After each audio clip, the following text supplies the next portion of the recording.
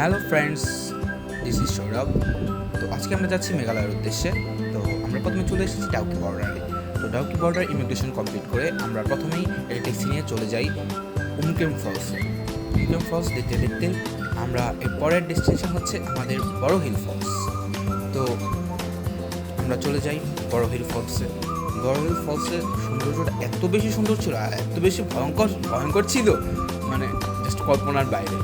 আমরা দেখছিলাম আর ভাবছিলাম উপরওয়ালা মনে হয় নিজের হাতে নিজে এসে তারপর বানিয়েছেন এইসব ঝর্ণা, তারপর এসব সৌন্দর্য, মানে কল্পনারও বাইরে। যদি আপনি কখনো না যান, আপনি জীবনেও বুঝতে পারবেন না যে এটা এত সুন্দর, এত সুন্দর, এত সুন্দর। তো সেটা শেষ করে আমরা সামনের দিকে এগোতেই আমরা চলে গেলাম মাইলিলাং ভিলেজে, যেটা এশিয়ার সবচেয়ে গ্রিনেস্ট ভিলেজ।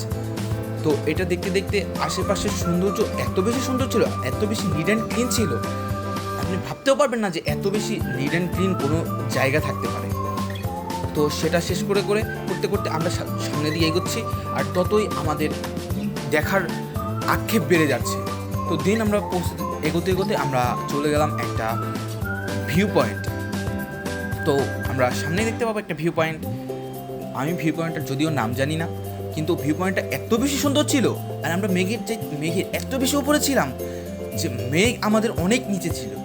তো সেটা দেখতে দেখতে আমাদের মন একদম প্রায় জুড়িয়ে গিয়েছিল। তখন আমরা চিন্তা করতেছিলাম যে কোথায় এসেছি। আসলে আপনি যদি কখনো না আসেন এখানে, আপনি কখনোই বুঝতে পারবেন না যে এত বেশি সুন্দর, এত বেশি সুন্দর, এত বেশি সুন্দর। তো আমরা মেঘ আমাদের হাতে এসে লাগছিল। তো আমরা প্রায় অনেকক্ষণ এখানে দাঁড়িয়েছিলাম, অনেকক্ষণ এটা সৌন্দর্য উপভোগ করেছিলাম। তো দেন আমরা আবার সামনের দিকে শিলংয়ের উদ্দেশ্যে আমরা এগিয়ে গেলাম।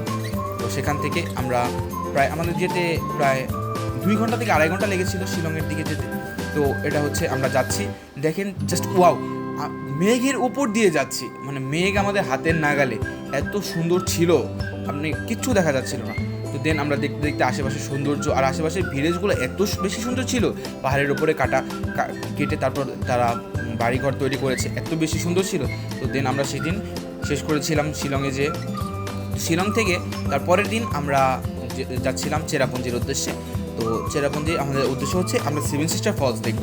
তো আশেপাশের সৌন্দর্য দেখতে দেখতে আমরা এগোচ্ছি তত আমাদের মন আরও উৎফুল্লিত হয়ে যাচ্ছে, কারণ আমরা অনেক বেশি ফলস দেখব, 7 সিস্টার ফলস দেখব।